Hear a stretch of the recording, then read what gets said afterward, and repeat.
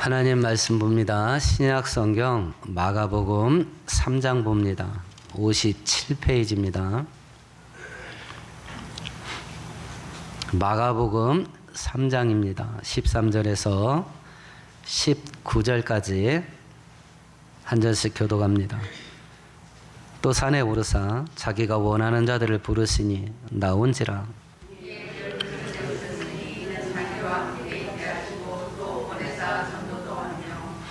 귀신을 내쫓든 권능도 가지게 하려 하심이러라.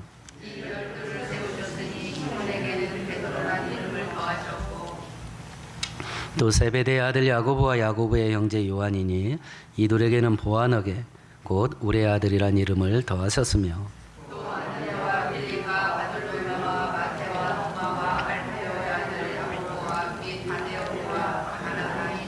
함께합니다. 또 가룟 유다니 아멘, 아멘. 하나님은 다양한 방법을 사용하셔서 하나님이 살아계시다는 것과 그리고 하나님께서 어떤 하나님인지 그리고 어떤 일을 하려고 하시는지 그 일을 펼쳐나갈 때 사람들을 부르셔서 사용하시는데 어떤 사람들을 불러 사용하시는지 이런 것들을 교훈을 하셔요. 가장 일반적인 방법은 두 가지입니다. 실제 일어났던 역사적인 사건들 속에서 이 사건들의 전후관계가 이렇게 해서 된 건데 이것은 이렇게 된 거야 라고 하시면서 영적인 진리를 교훈하셔요. 두 번째는 한 사람의 일생입니다. 아브라함의 일생, 야곱의 일생, 요셉의 일생, 다윗의 일생, 솔로몬의 일생, 한 사람의 일생을 통해서 그 사람 일대기를 통해 하나님께서 영적인 진리를 교훈하셔요. 그래서 성경은 1차적으로 역사책입니다. 신천지는 성경은 비유라고 가르쳐요.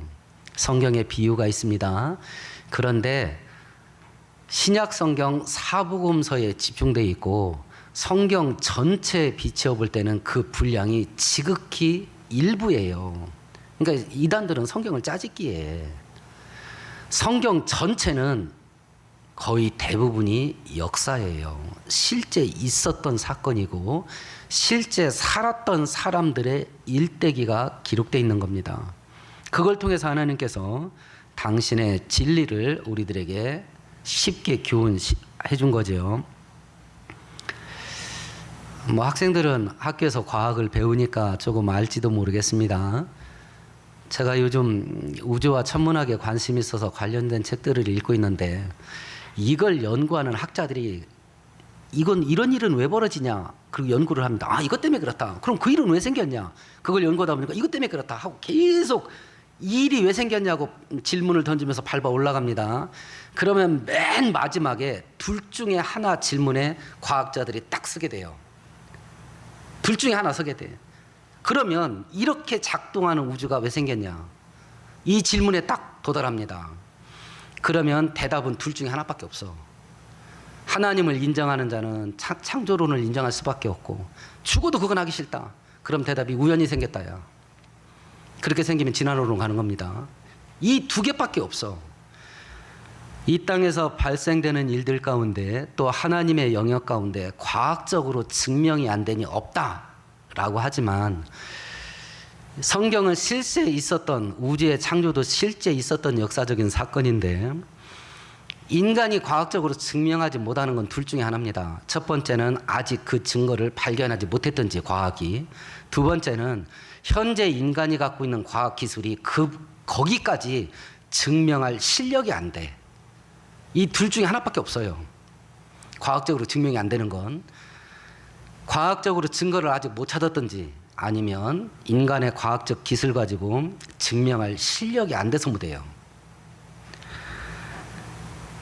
이런 성경의 영적인 진리들을 하나님께서 한 사람이 살았던 일대기를 통해서 이 사람 봐라. 이 사람이 이때 이랬고 저때 저랬는데 이때 이랬고 저때 저런 것은 이런 영적인 원리가 작동해서 그래 라고 하시면서 영적인 진리를 가르쳐 주시기 때문에 성경에 기록된 신앙의 선조들의 일대기를 살펴보는 것은 하나님이 하신 일, 하나님이 어떤 분이신지 우리가 이해하는 데 아주 쉬운 유익을 주는 그 부분이에요.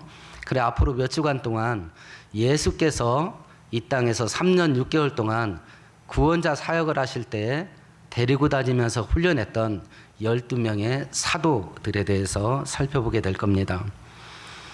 오늘은 그 중에 12사도 가운데 맏형 역할을 했고 수제자 역할을 했던 베드로에 대해서 살펴보게 될 터인데, 하나님께서 베드로에게 베풀었던 은혜가 우리에게도 부어져서 베드로의 삶의 열매가 우리의 것 되기를 축원드리겠습니다. 베드로가 먼저 출생 과정을 살펴보면 베드로는 갈릴리 바닷가 베세다라고 하는 작은 어촌 마을에서 태어나서 어부로 살아갑니다. 베드로가 예수님을 만나서 예수님을 따라다니게 된 계기가 성경에는 서로 다르게 두 개의 내용으로 기록되어 있어요. 첫 번째 사건은 요한복음 1장인데 한번 찾아봅니다. 148페이지입니다. 요한복음 1장 41절 42절입니다.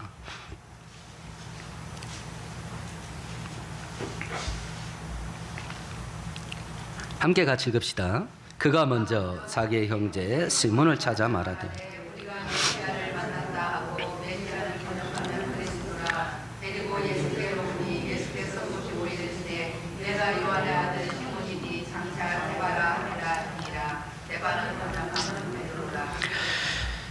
베드로를 예수님에게 데려간 게 누구냐면 그의 친동생 안드레예요. 그런데 요한복음 그 앞절에 보면 세례 요한이 이제 구원자 사역을 시작하시는 예수님이 이제 이렇게 지나가시는데 뭐라고 말하냐면, 봐라, 세상 죄를 지고 가는 하나님의 어린 양이다. 이러니까 세례 요한 제자였던 2명이 예수님을 따라가요. 그리고 예수님과 함께 하루 저녁을 지냅니다. 그 2명 중에 하나가 안드레예요. 베드로의 동생 안드레입니다. 그리고 예수님과 1박 2일을 함께 지냈던 안드레가 욕을 한 거예요. 자기 형한테 가서 내가 아무래도 어떤 양반 한 분을 만났는데 우리 조상들에게 하나님께서 구원자로 메시아로 예언하신 그 양반 같다. 그리고 베드로를 데리고 자기 형을 데리고 예수님에게 가요. 예수님이 베드로를 보자마자 이름을 바꿉니다. 본래 이름은 시몬인데 베드로라 해라. 게바 베드로. 베드로라는 말은 반석이라는 단어인데 그때 당시 예수님 살아있을 때 그 이스라엘 지역에 그 통용되는 언어는 히브리어가 아닙니다. 아람어였어요. 아람어로 반석이란 단어가 베드로입니다. 게바는 뭐냐? 고대 히브리어로 이스라엘 말로 반석이라는 것이 게바예요. 이게 두 개 같은 단어인데 각각 다른 나라 언어로 반석이라고 이름을 지어준 겁니다.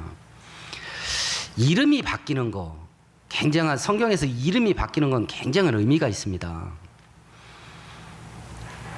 야곱이 형 아버지 속이고 장자 축복 가로챘다가 외삼촌 집에 도망가서 20년 동안 노예 생활을 하는데 하나님의 은혜로 큰 부자가 돼서 돌아옵니다.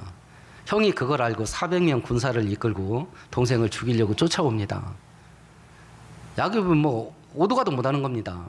야복강에서 하나님이 야곱을 찾아오십니다. 씨름 사건이 나오죠. 그리고 나서 하나님께서 야곱의 이름을 바꿔주십니다. 이스라엘이라고 바꿉니다. 그때부터 야곱은 자기 중심의 인생에서 하나님 중심의 이름으로 바뀌어요. 요셉이 17살 때 형들의 시기 질투 때문에 노예 상인에게 팔려서 애굽에 팔려갑니다. 경호대장 보디발 집에서 10년간 노예 생활합니다. 보디발의 아내가 유혹을 합니다. 그걸 거절했다 모함에 빠져서 감옥에 3년 수감 생활을 합니다. 그때 애굽 왕이 심상치 않은 꿈 2개를 연속으로 꿉니다. 그걸 요셉이 해석을 해주면서 국가에 큰 위기가 올 터이니, 흉년의 위기가 올 터이니 미리 대비하시오라고 하니까 애굽왕이 이야기합니다. 야, 너 같은 지혜 있는 사람 우리가 어디 가서 구하냐? 네가 국무총리가 돼서 우리나라 위기를 대비해라. 이렇게 해서 국무총리로 만들어 놓고 이름을 바꿔줍니다. 국무총리 직위시키면서 이름을 곧바로 바꿔줘요. 사브넷 바네아. 애굽말로 세상의 구원자라는 뜻이에요. 새로운 인생을 살게 될 때 이름이 바뀌어요. 성경은 우리들에게 이야기를 합니다. 누구든지 예수 안에 있으면 새로운 인생을 살게 된다고. 이전 것은 지났으니 보라 새 것 되었다 그래요. 예수 믿기 전과 예수 믿은 이후에 본인이 생각하기에 자기 인생의 자기 인생이 다른 길로 들어섰다. 이걸 본인이 알고 계십니까? 아, 나는 예수 믿으면서 내 인생이 달라졌어. 아니면 그걸 본인이 지금 모르고 있습니까? 그럼 잘못 믿은 거야. 본인이 알아요. 예수를 믿게 되면 인생이 달라진다는 걸 본인이 알아요. 가난한 자가 부자 되고 병자가 건강해지고 낮은 자가 성공하고 출세하고 이거 얘기하는 거 아니에요. 이걸 얘기하는 게 아니라고요. 인생이 달라졌다는 걸 본인이 알아요. 왜냐하면 하나님이 그렇게 만드시니까. 근데 야, 이거 나 달라진 거 잘 모르겠는데 이러면 이거 심각한 겁니다. 본인이 모르고 있다면. 예수 믿기 전이나 예수 믿은 이후나 난 별로 모르겠다. 그럼 한번 기도해 보세요. 내가 진짜 예수 믿고 있는지. 예수를 만나면서 하나님께서 베드로의 이름을 바꿔주시면서 예수 안에서 인생이 새로워질 것을 이야기를 해요. 그런데 또 다른 사건이 기록되어 있습니다. 누가복음 5장입니다. 우리 한번 같이 읽어보십시다. 95페이지입니다. 7절에서 8절입니다. 누가복음 5장 7절에서 8절입니다. 함께 읽습니다. 이에 다른 배에 있는 동무들에게 손짓하 와서 도와달라 하니 그들이 와서 두 배의 채움에 잠기게 되었더라. 베드로가 이를 보고 예수의 무릎 아래 엎드려 이르되 주여 나를 떠나소서 나는 죄인이 되소이다. 어느 날 베드로하고 동무들이요 고기 잡으러 갔습니다. 한 마리도 안 잡히는 거예요. 야, 이대로 어떻게 돌아가냐? 한 마리도 잡아야지. 그러다 보니까 밤을 꼴딱 샜습니다. 아침이 됐습니다. 이제 육지에 상륙을 해서 그물을 씻고 있었습니다. 그때 예수께서 이야기를 합니다. 바다 깊은 데 가서 그물을 내려라. 그러니까 베드로가 이야기합니다. 우리 밤새 한 마리도 못 잡았습니다. 근데 하라고 하시니 한번 해보겠습니다. 하고 순종해서 그물을 냈더니 그물이 찢어지려고 해.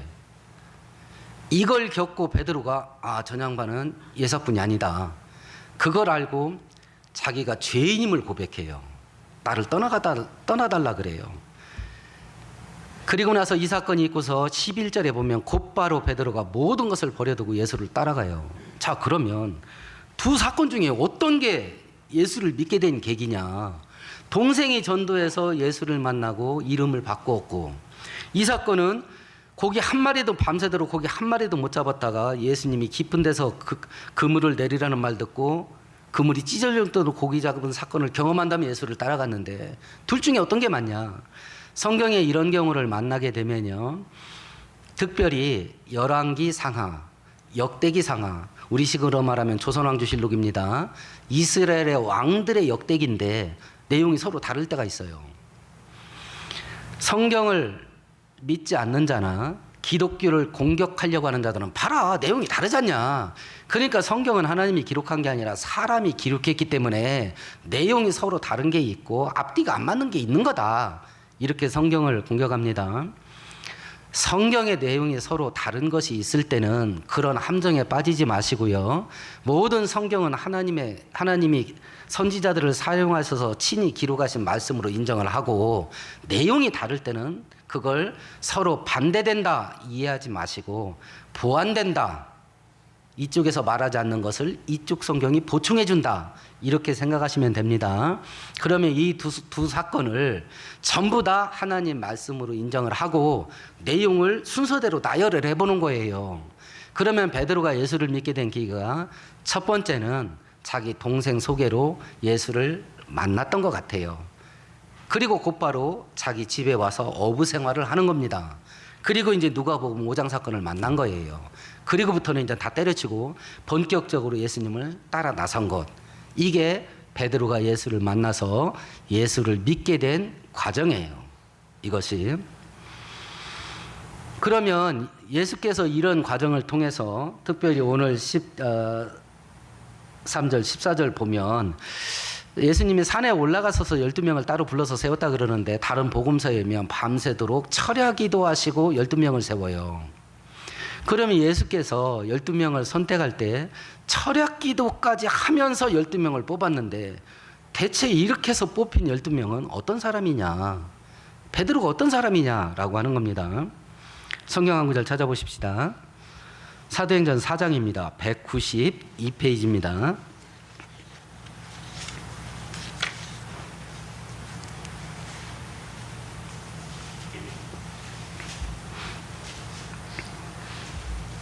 사도행전 4장 13절 14절 같이 읽습니다. 그들이 베드로와 요한이 담대하게 말함을 보고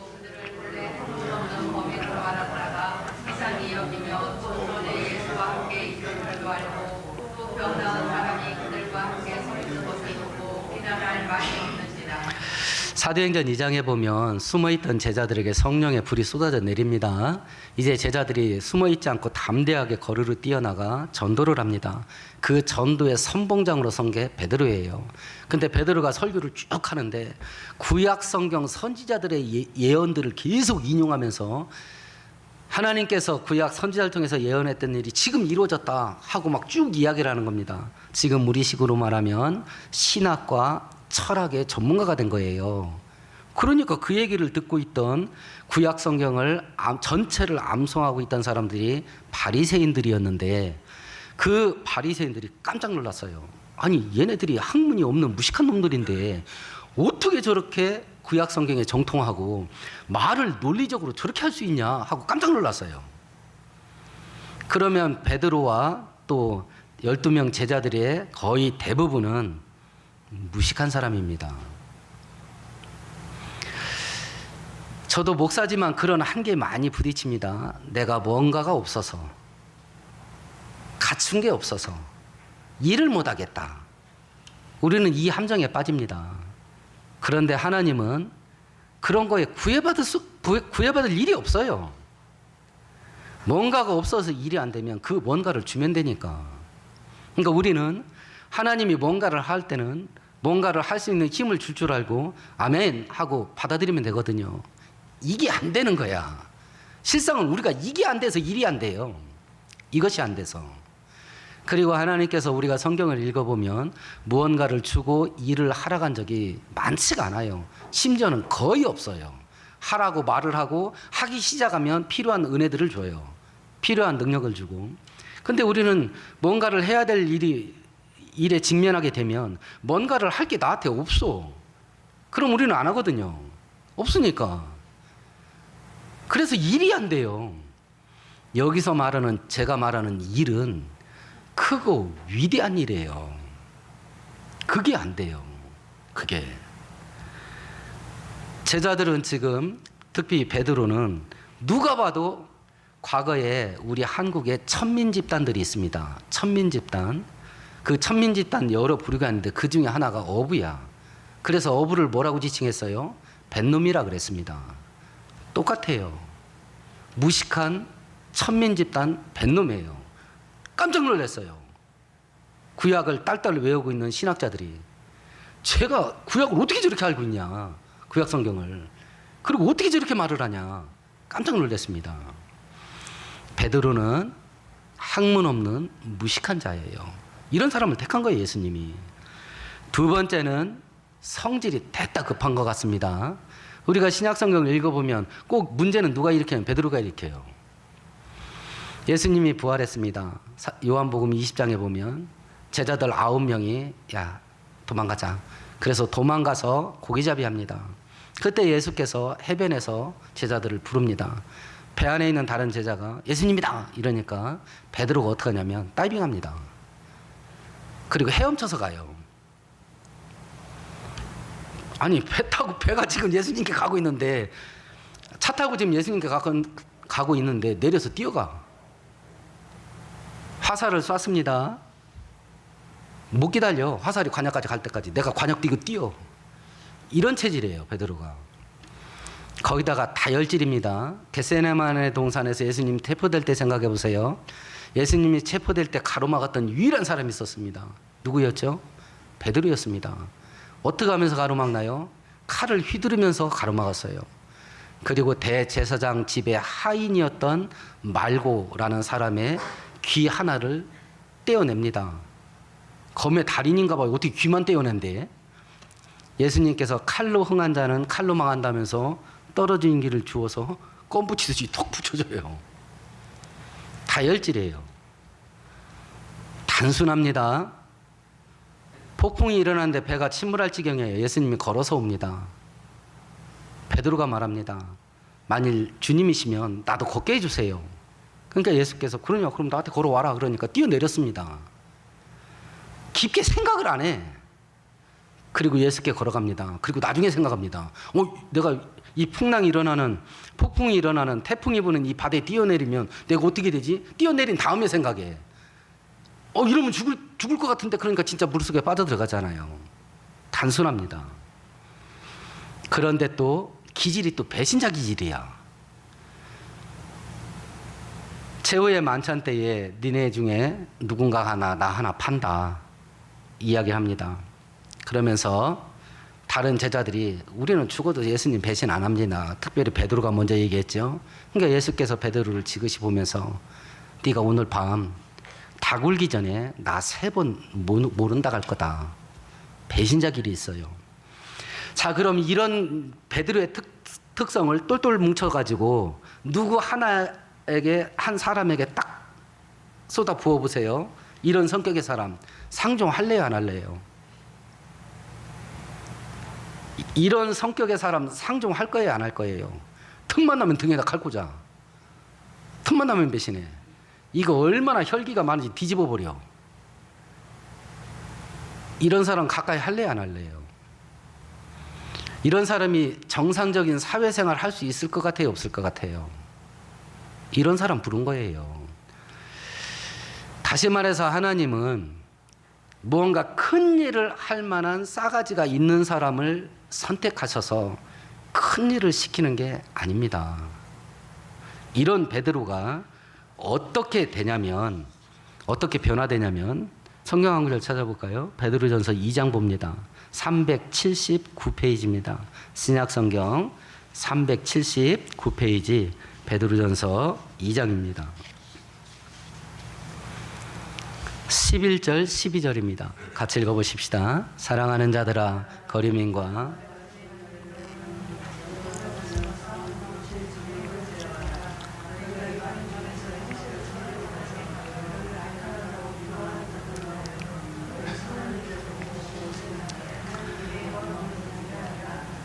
베드로가 쓴 성경입니다. 육체 정욕을 제어해라. 지는 그렇게 살았거든요. 지는 머리 튀는 대로 살았거든요.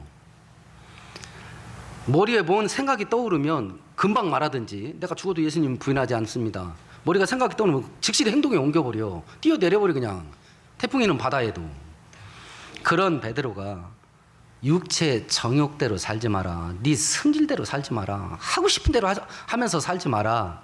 두 번째, 너희들을 공격하는 자들에게 선을 행해라. 너희들을 공격하는 자들에게 선을 행해라. 그래서 니네 하는 것을 보고 너희들을 공격하는 자들이 하나님께 찬양 돌리게 해라. 이렇게 바뀐 거예요, 사람이. 그러면 하나님께서 선택하는 사람은 싹수가 있는 사람을 선택해서 큰일을 맡기는 게 아니라 도저히 자격이 안 되는 사람들을 선택하셔서 하나님이 바꾸어 가셔요. 그래서 예수 안에 있으면 새 것 되는 겁니다. 새 사람 되는 거예요. 이 새 사람 되는 과정을 거치지 않으면 내 인생 속에 새로운 일이 터지질 않아. 새로운 일은 새로운 사람이 하는 겁니다.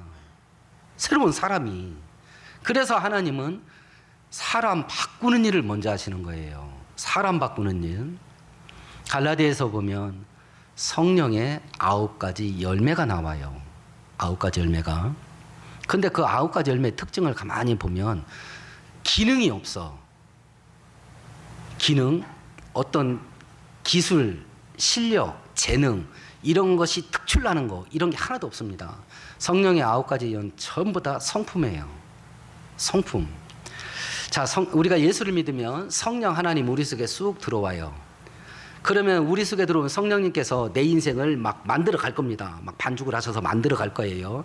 그 성령 하나님이 나를 만들어 가셔서 최종본 딱 만들어서 뚜껑을 딱 열었어. 그게 성령의 열매죠. 그 성령의 열매 9개가 뭐냐면 인격의 변화예요. 사람이 바뀐 거예요. 사람이. 우리는 성령 충만하면 제일 먼저 생각하는 게 뭐예요? 우리 한국 성도들이 성령 충만할 때 제일 먼저 생각하는 게 뭔지 아세요? 은사예요.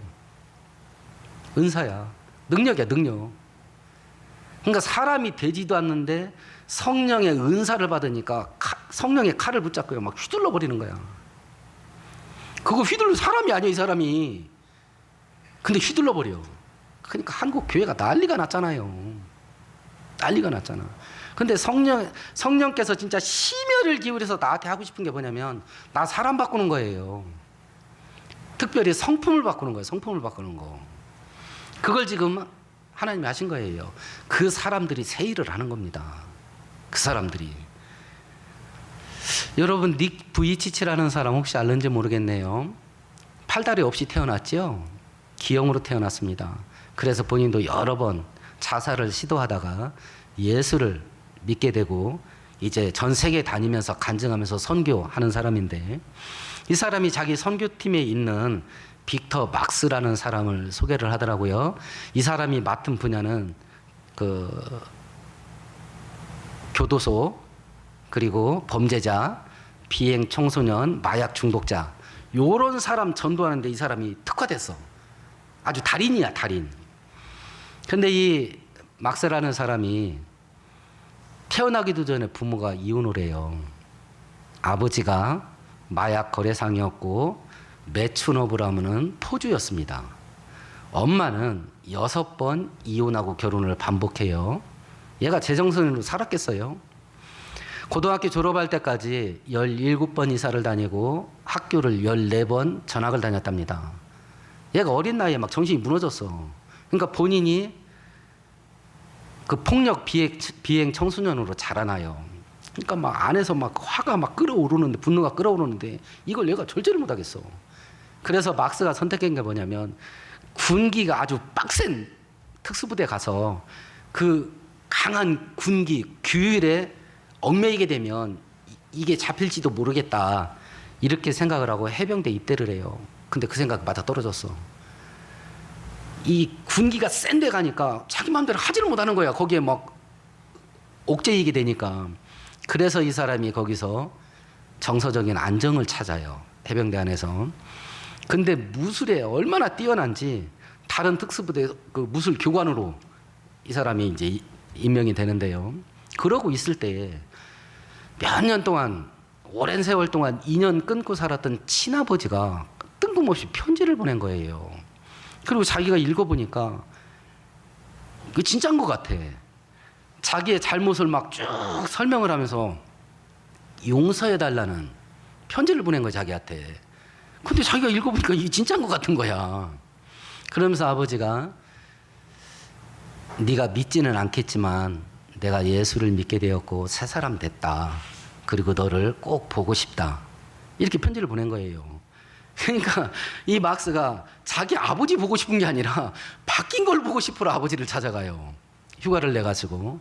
그리고 아버지를 만나서 아버지가 다니는 교회 예배 드리러 갑니다.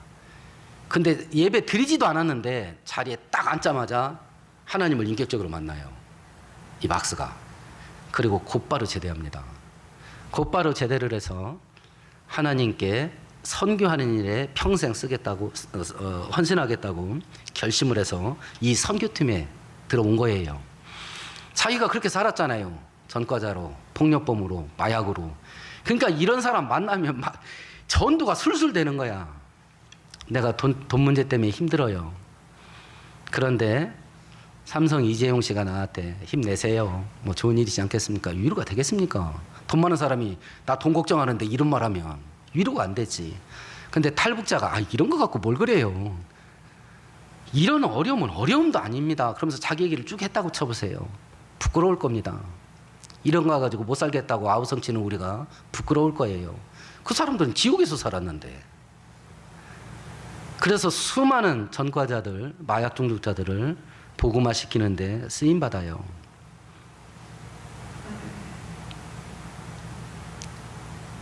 교회를 핍박하는데 앞장섰던 바울도 내가 다른 사도들에 꿀리지 않는다. 내가 다른 사도들보다 더 고난을 많이 당했고 환난을 더 많이 겪었고 다른 사도들보다 더 넓은 지역을 다니면서 복음 전했다. 꿀리지 않는다. 근데 이런 일은 내가 한 게 아니다. 하나님의 은혜가 한 거다. 하나님이 만들어 갈 겁니다. 만들어 갑니다. 제 삶의 여정을 돌아봐도 하나님이 나를 만드는데 죽어도 그렇게 한다고 한 번에 대답한 적이 없어요. 한 번에 대답한 적이 없어요.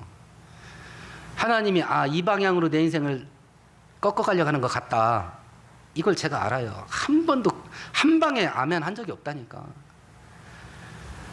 언제까지 갔냐? 죽기 일보 직전까지 가는 거예요. 막다른 골목까지. 그거 외에는 다른 거 선택할 수가 없어.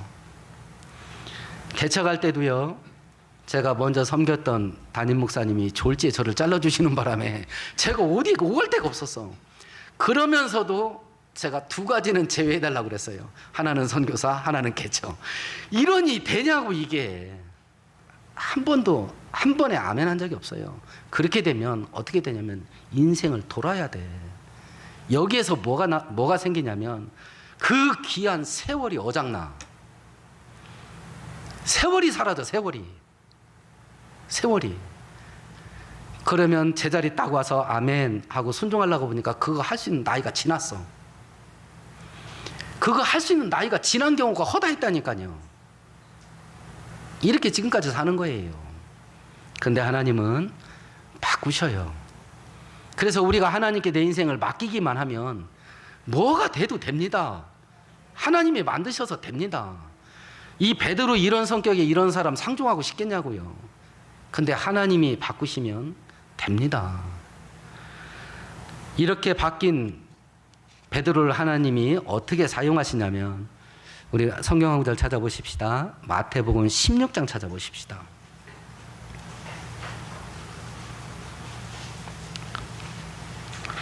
교회 2000년 역사 가운데 가장 중요한 일은 하나님이 베드로를 통해서 하셔요. 가장 중요한 일은 그 첫 번째가 마태복음 16장입니다. 16절에서 18절까지가 책습니다. 시몬 베드로가 대답하여 이르되 주는 그리스도시요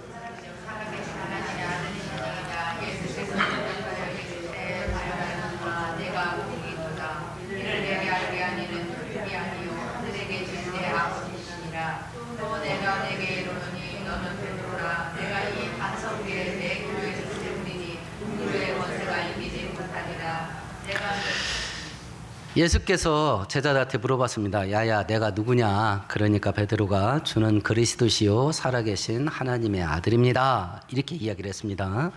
18절에는 너는 베드로다. 너는 반석이다. 내가 이 반석 위에 내 교회를 세울 거다. 이렇게 말씀하셔요. 바로 이 구절 때문에 천주교와 개신교가 갈라진 겁니다. 천주교는 18절의 이 반석을 사람 베드로로 해석을 했어요. 그래서 교회의 기초돌은 뭐냐? 교황입니다. 천주교는 교회의 기초돌은 교황이에요. 그래서 교황이 말한 것과 성경에 기록된 것과 권위가 똑같아요. 그러면 교황이 말한 것과 교황이 말한 게 뭐예요? 지금 살아있는 교황이 말한 게 뭐예요? 종교가 없어도 착하게 살면 누구나 천국 갑니다. 우리나라 와서 했던 말이에요. 우리나라에서 와서 했던 말이에요. 종교가 없어도 착하게 살면 천국 갑니다. 교황이 한 말이에요. 성경은 예수를 믿지 않고는 누구도 구원받을 수 없다. 성경이 말했어요. 천주교 교인들은 둘 중에 어떤 거 믿을까요? 교황 말 믿습니다. 성경하고 교황 말하고 어긋났다. 그러면 천주교는 교황 말에 우선권이 있어요. 그래서 우리 개신교는 천주교와 초창기 때 거의 유럽이 종교전쟁 30년 동안 전쟁이 터졌습니다. 천주교와 개신교하고. 그 치열하게 전쟁이 났을 때 천주교가 개신교를 포로로 잡으면 아주 막 가혹한 고문을 했는데, 그 고문할 때 뭘 요구한지 아십니까? 교황을 인정해라. 그거였어요. 교황이 하나님의 대리자라는 걸 인정하면 풀어줬습니다. 근데 개신교들은 교황은 사람이지 하나님이 아니다, 그러고 그냥 순교했던 겁니다. 개신교는 16절을 반석으로 해석을 했습니다. 예수님은 주님이시고 구원자시고 하나님이십니다. 이걸 반석으로 생각했어요. 받아들였어요. 그래서 교회는 이걸 믿는 신앙 위에 세워집니다. 이걸 믿는 신앙 위에. 이 교회의 기초돌이죠. 이 신앙 고백을 하나님이 베드로를 통해서 하게 하셔요. 그래서 예수님은 칭찬한 겁니다. 잘했다고. 두 번째, 베드로가 교회의 역사 가운데 가장 중요한 일을 만들었던 게 뭐였냐면 사도행전 15장입니다. 사도행전 15장 8절에서 11절까지 한 절씩 교독합시다. 또 마음을 하시는 하나님이 우리에게와 같이 그들에게도 성령을 주어 증언하시고,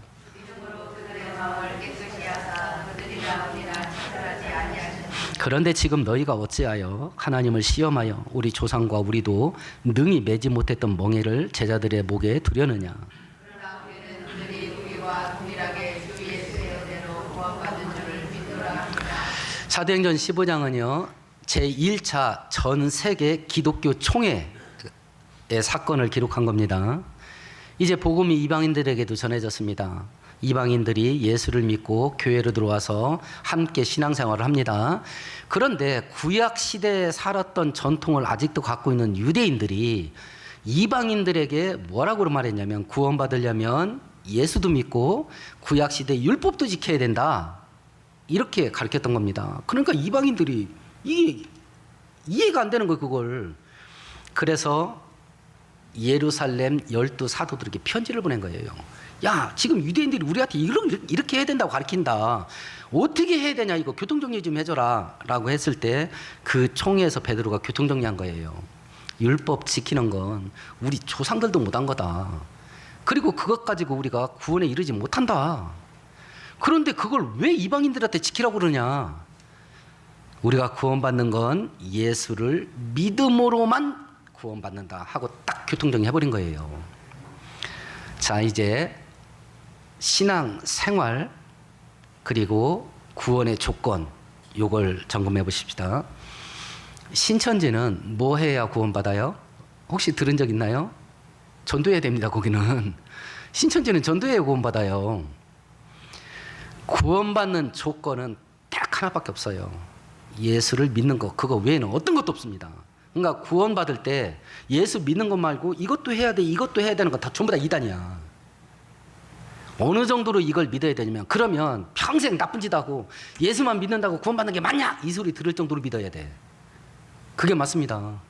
그 증거가 십자가 우편에 있던 우편강도예요. 이것이 예수를 믿는 믿음의 위력이에요. 죽기 전에 예수를 믿어도 그 믿음은요, 우리를 천국으로 데려갑니다. 이게 믿음의 위력이라니까요. 이게 그걸 선물로 준 거예요, 선물로. 그러면 믿은 다음에 어떻게 살아야 되냐? 구원받은 하나님의 백성이니까 똑바로 살아야 됩니다. 구원의 조건이 아니야. 하나님의 자녀이기 때문에 똑바로 살아야 돼. 하나님의 자녀, 구원받았기 때문에 그렇게 사는 겁니다. 그렇게 살아야 구원받는 게 아니에요. 구원받는 건 오직 예수를 믿음으로만 받습니다. 이제 마지막 때가 되면 이 교리, 구원은 오직 예수를 믿음으로만 받는다, 이 교리가 다 지독하게 공격받을 겁니다. 이 교리가. 공격을 받을 때 교회는 할 말이 없을 겁니다. 왜냐하면 교회와 성도들이 개판으로 살거든요. 그러니까 자기들이 한 짓이 있으니까 거기 구원은 예수를 믿음으로만 받는다 소리를 할 수가 없어. 자기들이 개같이 살으니 어떻게 그 소리를 해. 그럼 네 같이 사는 게 맞냐, 이게 또 올 건데. 아까 베드로가 말한 것처럼 너희들을 공격하는 자들 앞에서 선하게 살아라. 그래서 너희들을 공격하는 자가 하나님을 찬양하게 만들어라. 우리가 이 땅에서 착하게 사는 것이요, 기독교를 변호하는 무기야, 무기. 예수를 믿는 사람은 다 이렇게 살아. 이 정도는 돼야 되지 않겠습니까? 이 정도는.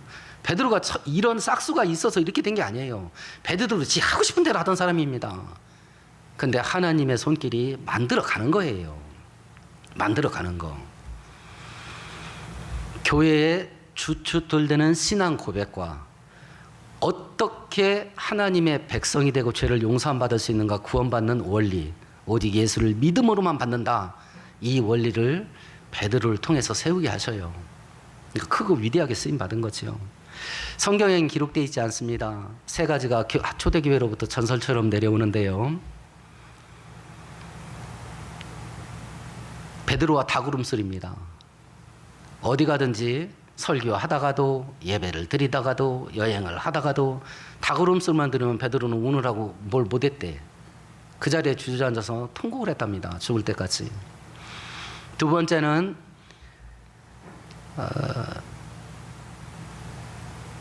1900년 그 초반부쯤에 서양에서 종교 영화, 배너 같은 종교 영화가 굉장히 많이 만들어졌습니다. 그 중에 하나 혹시 코바디스 도미네라고 하는 코바디스 영화가 있었죠. 로마에서 복음 전하는 베드로가 너무 핍박이 심하니까 도망갑니다. 이제 눈앞에 언덕만 넘어가면 로마 벗어나는 겁니다. 멀리서 어떤 사람이 뭐 하나를 짊어지고 옵니다. 그럼 딱 보니까 예수님이야. 근데 짊어지고 있는 게 십자가야. 그러니까 베드로가 물어봅니다. 코바디스 도미네, 주여 어디로 가십니까? 그러니까 예수님이 이야기합니다. 네가 이 십자가 복음을 전하지 않고 도망가려고 해서 내가 또다시 십자가제로 로마로 들어간다. 그 소리를 듣고 베드로가 자기 지팡이를 그 자리에 꽂아놓고 로마로 다시 들어가죠. 그리고 순교 당했다고 그러는데, 순교 당할 때 세 번째 전승이 뭐냐면 십자가에 못 박으려고 하는데 베드로가 만류를 합니다. 내가 어떻게 예수님하고 똑같은 자세로 십자가에 못 박히냐. 나를 거꾸로 매달아달라 해서 거꾸로 못 박혔다는 전설이 초대교회 때부터 전해져 오죠. 바로 그 자리에 지금 세워져 있는 게 뭐냐면 로마 교황청이에요.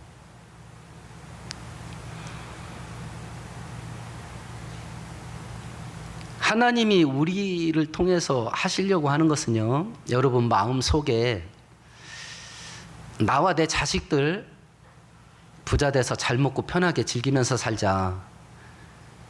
이 울타리, 이 호두 껍질이 깨졌는지 모르겠습니다.